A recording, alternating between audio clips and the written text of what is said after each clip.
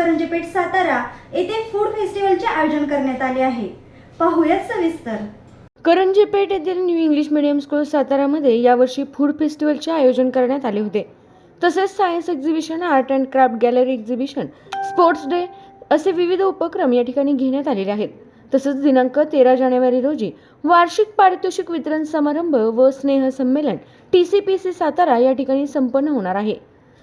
आज दिनांक 12 जानेवारी रोजी घेण्यात आलेल्या फूड फेस्टिवलला सर्व विद्यार्थी, पालक तसेच शिक्षक मोठ्या प्रमाणावर उपस्थित होते। फूड फेस्टिवल कार्यक्रमाचे उद्घाटन सौ मोहिनीताई पाटील यांच्या शुभ हस्ते करण्यात आलेले आहे। या फेस्टिवलमध्ये एकूण 30 स्टॉल मुलांनी लावले होते। विद्यार्थ्यांनी उत्स्फूर्तपणे या फूड फेस्टिवलमध्ये सहभागी होऊन आपले व्यवहार ज्ञान वाढवण्यासाठी प्रात्यक्षिक केलेले आहे। या फूड फेस्टिवलमुळे विद्यार्थ्यांचे व्यवहार ज्ञान वाढणार असून घरकामांमध्ये देखील मुलांची मदत होणार आहे। तसेच पुढे जाऊन बिझनेस करण्याची आवड देखील निर्माण होणार असल्याचे पालकांनी यावेळी सांगितले आहे।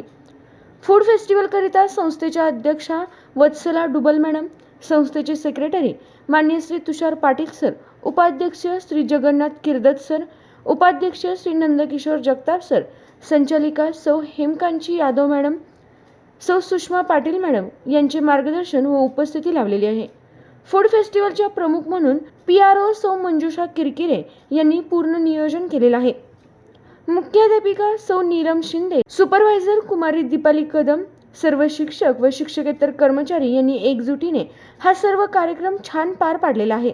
या कार्यक्रमाचे सूत्रसंचालन कुमारी प्रज्ञा यादव मॅडम यांनी केलेले आहे। सर्व पालक वर्ग, शाळेचे सर्व विद्यार्थी यांनी या ठिकाणी उपस्थित राहून या फूड फेस्टिवलचा आनंद घेतलेला आहे। सगळ्यात पहिल्यांदा इथे जमलेले संस्थेचे सगळे मान्यवर, पदाधिकारी, शिक्षक आणि माझे सगळे लाडके विद्यार्थी, मला इथं येऊन बोलण्याची संधी दिली आणि माझ्या हस्ते जे फूड फेस्टिवलचं केलं त्याबद्दल सगळ्यांचे सर्वात पहिल्यांदा मनापासून खूप आभार आणि धन्यवाद।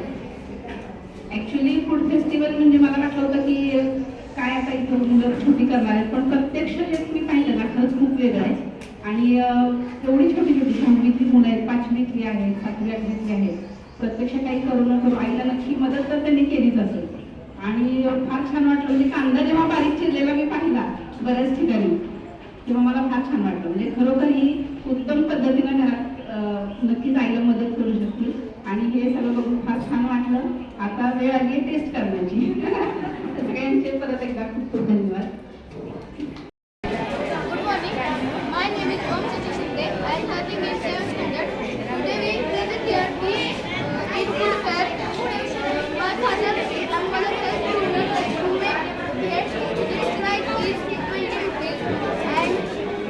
Teacher also support us to take chocolate out there and all parents are supportive.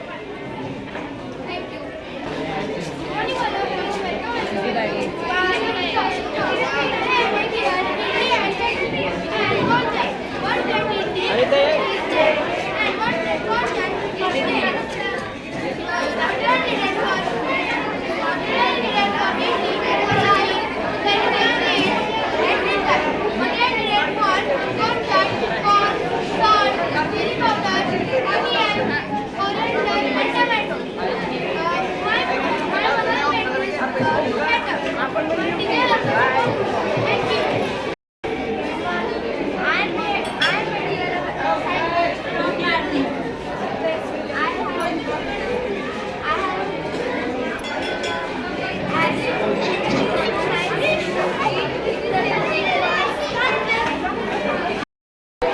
Myself, Siddhant Garge. My friend has made samosa and it was delicious and spicy. I appreciated it. Our teachers supported us to arrange all these stalls. Thank you.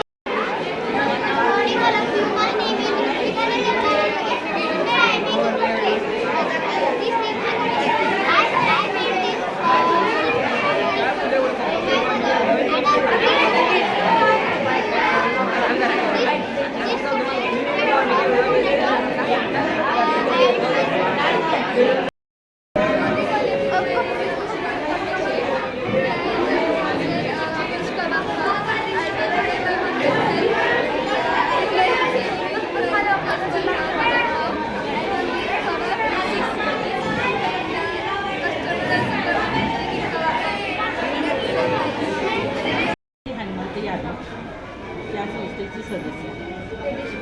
हा festival ठेवण्यामागचा हेतू Chavan madam यांच्यात वेगवेगळ्या आयडियातून हा एक आलेला हेतू आहे. हा प्रोग्राम घेण्याचा उद्देश त्यामागचा फार मोठा आहे की मुलांनी आई वडील स्वयंपाकघरात कामं करत असतात.